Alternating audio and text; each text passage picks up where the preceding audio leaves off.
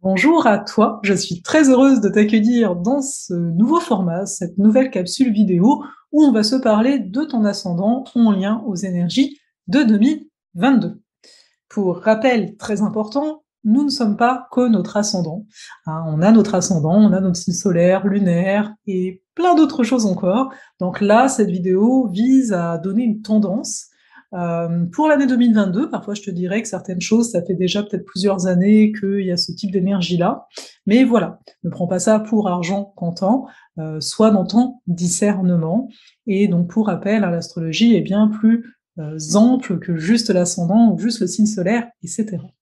Si tu n'es pas sûr de ton ascendant, je t'invite à regarder ma vidéo Le triangle d'incarnation. Je te mets le lien dans le commentaire. C'est une vidéo gratuite où je te parle de ton signe ascendant, de ton signe solaire, de ton signe lunaire, et surtout, ça va te permettre de chercher, de créer ta carte du ciel et donc d'en savoir un petit peu plus sur toi.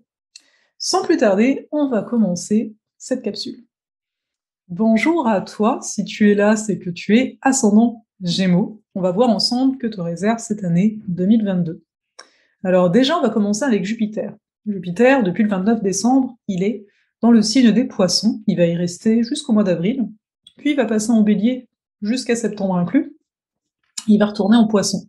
Donc on va voir ce que ça veut dire pour toi.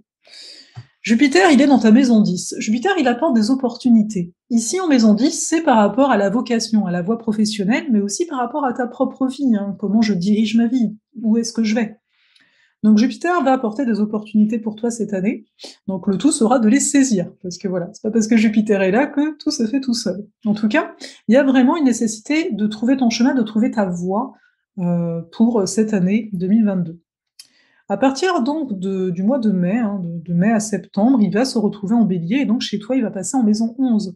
Donc en fait, là, les différentes voies que tu vas pouvoir emprunter vont t'amener à rechercher de nouveaux projets, à ouvrir tes horizons différemment, à passer, parce que Jupiter sera en Bélier, à passer à l'action par rapport à cette nouvelle orientation que tu vas sans doute emprunter. En parallèle, hein, Saturne, il est en Verseau toujours, ça fait déjà 2 ans qu'il y est, et chez toi, il est en maison 9. Donc il se peut que ce que je vais te dire là, tu le ressentes déjà fortement. Un Saturne en 9, ça fait que tu as pu te sentir limité au niveau de tes déplacements, au niveau de tes horizons, au niveau des études que tu peux mener ou pas. En tout cas, dans un premier temps. Pour moi, en 2022, vu que Jupiter en parallèle, il est en 10, justement, tu vas emprunter une voie et tu vas commencer à te concentrer là-dedans. Pour un ascendant Gémeaux, ça va faire du bien de te concentrer, de te dire, ok, je vais construire ma réalité, je sais que ça dépend de certaines croyances, et donc je vais faire en sorte de nourrir ce qui me permet d'emprunter la voie qui me correspond le mieux. Il se peut que ce Saturne soit dans ta maison 8, et dans un tel cas, peut-être que tu es encore à poser tes limites par rapport aux autres, à dire ça j'accepte pas, à aussi voir comment tu te positionnes par rapport à l'autre. Donc ça, c'est possible. Il faut voir que Jupiter et Saturne sont des planètes assez rapides par rapport aux 3 prochaines qu'on va voir. Donc pour moi, ça, c'est vraiment le gros ici de ton année. Toutefois, Uranus, chez toi, il se situe, parce qu'il est en taureau, mais donc chez toi, il se situe en maison 12. Donc il se pourrait qu'il y ait beaucoup de choses qui se passent, des événements imprévus. Et ça fait peut-être déjà 3 ans que c'est comme ça. Donc des choses qui sont hors de ton contrôle et qui te font pas mal travailler. Tu as peut-être aussi le goût de revenir à ton corps davantage, de prendre soin de toi par rapport à ça. Il se peut aussi que cet Uranus, il soit plutôt dans ta maison 11, et dans un tel cas, tu as peut-être eu l'occasion de rencontrer des gens qui sortent de l'ordinaire, ou bien d'entamer des projets soudainement, ou en tout cas de t'ouvrir à des façons, à des projets qui jusque-là jamais t'auraient eu cette idée-là. Donc il y a un peu ces énergies aussi en arrière-fond.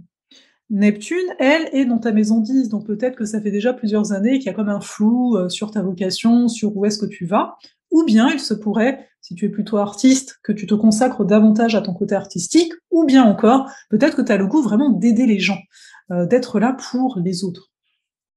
Il se peut que Neptune soit par contre dans ta maison 9, et dans un tel cas, il y a un désir d'évasion, il y a peut-être un côté, pour ceux qui écrivent par exemple, ou qui crée, donc il y a une plus grande inspiration qui est là. Peut-être tu t'es tourné vers certaines voies spirituelles aussi, peut-être que tu as le goût de voyager, peut-être que tu voyages déjà. Il y a un côté, je m'ouvre, voilà, j'ouvre mes croyances, j'ouvre mes pensées, qui est là en fond.